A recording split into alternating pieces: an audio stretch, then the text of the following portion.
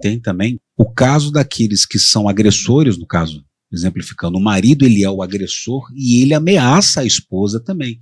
Se você fizer algum tipo de denúncia, eu acabo com a sua vida e a vida de todos os seus filhos. Então aquela mãe, devido ao medo, se entrega ao silêncio e prefere não denunciar. Tem esse caso, né? Mas aí nesse caso, quem que faz a denúncia então? Quem que tem que levar a denúncia ao judiciário? A denúncia vai chegar por alguém. Por exemplo, se ninguém da família quer denunciar e chegou ao conhecimento do Conselho Tutelar, o Conselho Tutelar encaminha para o Ministério Público. E o Ministério Público, com aquela informação, vai tomar as devidas medidas. Por exemplo, no caso da mãe, que ela está passando por isso, normalmente a gente já entraria até ali na assistência social.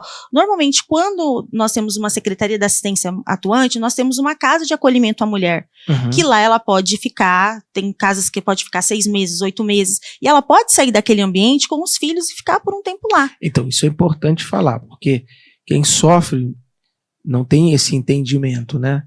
A pessoa, ela acaba muitas vezes se tornando refém, escrava, Sim. por medo. Medo das consequências, medo de não ter o que comer, de não ter como sustentar os filhos, de não ter para onde ir, que é outro fato, né?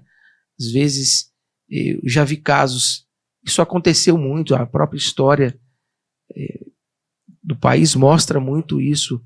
Quantas meninas, a minha avó viveu isso. Minha avó, ela era baiana, e quando ela completou 9 ou 10 anos, a mãe dela, o meu avô, que era um comerciante, que tinha na altura uma cooperativa, viajou para a Bahia para fazer algumas tratativas de negócios, e a mãe virou para o meu avô e falou: você não quer levar essa menina, não?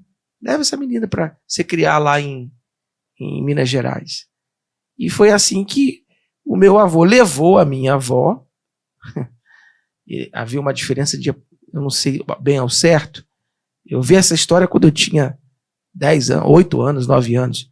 Eu não sei bem ao certo. A diferença de idade de ambos era em torno de 15 anos ou 20 anos, uma diferença assim, 20 anos.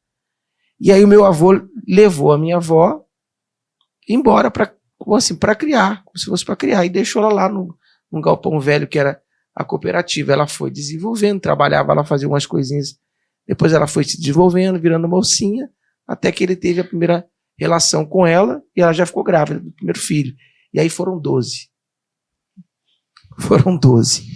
Depois de 50 anos juntos, a minha avó se converteu a Cristo na Assembleia de Deus, ainda na juventude, aceitou Jesus e orava e lutava para que meu avô se convertesse, e demorou 50 anos para que ela viesse casar no papel. Eu era adolescente, fui, como é que fala? Testemunha? Não, é testemunha, tipo um coroinha.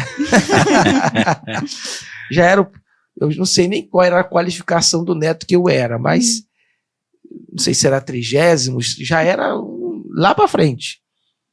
E eu fui um dos testemunhos das coroinhas. Quem fez o casamento dos meus avós foi um tio, que era filho do casal, né? E que era pastor de uma igreja presbiteriana na altura, que fez o casamento de ambos numa igreja presbiteriana na minha cidade. E eu estava lá presente, assistindo, entrando com a Rosinha, a vovó entrando atrás, e toda a minha família celebrando aquele sonho que para ela era um sonho, até que enfim, depois de 50 anos, ele oficializou essa relação. Mas é uma história muito trágica, porque ela vem se repetindo aí.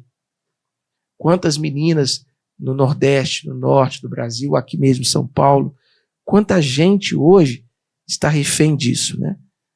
O mundo evoluiu tanto, mas esses problemas em sociedade continuam acontecendo. Naquela época não tinha conselho tutelar. Não havia conselho tutelar. Hoje há conselho tutelar. Hoje há políticas públicas para controlar esses fatos, que não deveriam acontecer, mas que acontecem.